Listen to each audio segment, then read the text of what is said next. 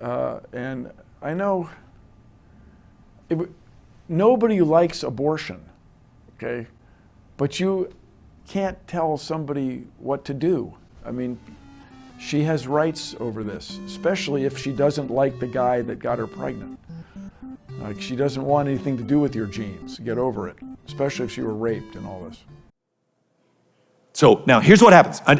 I know argumentation, and here's what happens. In our head, it's, well, what about this? And what about this horrific situation? And what about this? But listen to me. Statistically speaking, the majority of abortions are not taking place because of the woman's life being in danger or because there was some horrific rape. It is purely around convenience. I don't want to do it. Not ready for this. I didn't ask for this. And so, murder for the sake of convenience. We have so many more important things to be dealing with. We have so many more problems. To squander resources on this argument based on bad science, on just lack of understanding, it's very frustrating.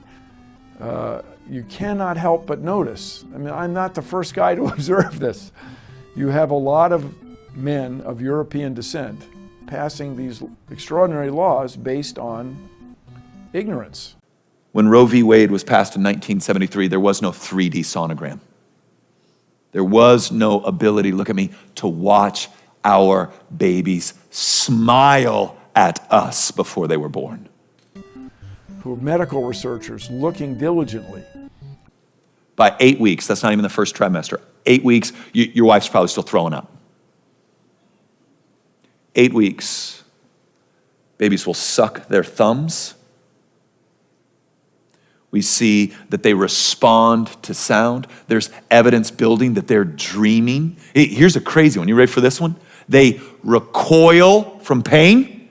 You wouldn't know how big a human egg was if it weren't for microscopes, if it weren't for scientists.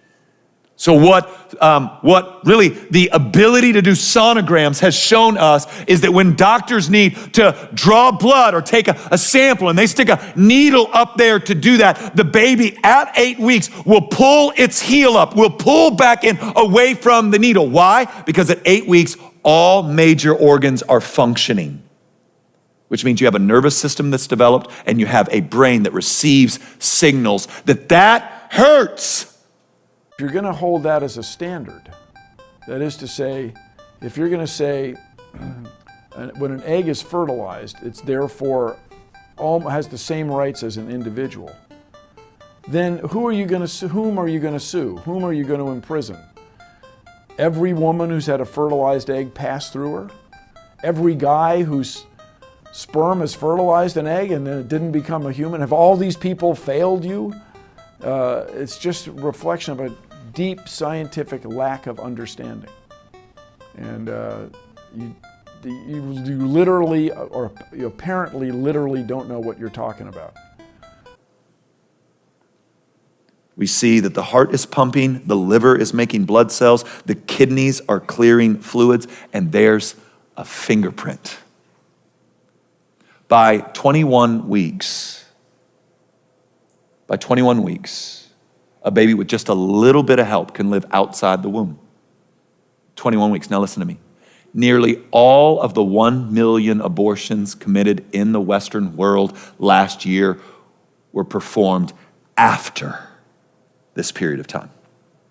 And so when it comes to women's rights with respect to their reproduction, I think you should leave it to women. So what ends up happening is you're forced, because this is you can't argue with this. You can't argue that these things are true. So what ends up happening is you show your cards, and your cards show that this isn't a rational argument at all anymore. That this is now purely driven by the exaltation of self. So let me show you this. Just show you how mad things have gone, how insane things have gone. Mary Elizabeth Williams wrote an article on January 23rd, 2013, and here's what she said. She's wildly pro-choice. Let me just read you the title of her article. The title of her article is this: "So what if abortion ends life?" Here's what she says. Yet I know that throughout my own pregnancies, I never wavered for a moment in the belief that I was carrying a human life inside of me. I believe that's what a fetus is, a human life. And that doesn't make me one iota less solidly pro-choice. All right, now so let's just start thinking about the crazy that just happened there. All right, I have no doubt that what I am carrying is a human life, and yet I have not wavered one iota, one little mark away from this belief that it is the woman's right to choose whether or not to terminate the life of this baby. Well, what's wrong with that? You want to hear a rationale? I mean, a rationale almost made me weep in my office. Here's the complicated reality in which we live. Listen to this. All life is not equal. That's a difficult thing for liberals like me to talk about, lest we wind up looking like death panel loving, kill your grandma and your precious baby stormtroopers. Yet a fetus, listen to this, can be a human life without having the same rights as the woman in whose body it resides. She's the boss. Her life and is what is right for her circumstances and her health should automatically trump the rights of the non-autonomous entity inside of her, period. Always, period. That's insane. Who chooses whose life has the most value? Who gets that power? That sounds like Nazi Germany excrement to me. That sounds like 3/5 compromise when African Americans, when it was decided how the United States would vote, compromised 3/4 of a man. Who decides this? Who do we give this power to? Let me do that again. Let me just pull back. Well, it's the woman's body. The baby might be in the woman's body, but the baby is not the woman's body. Has its own DNA, has its own genetic code, has its own blood type, has its own functioning brain, its own functioning kidneys, its own functioning lungs, its own dreams.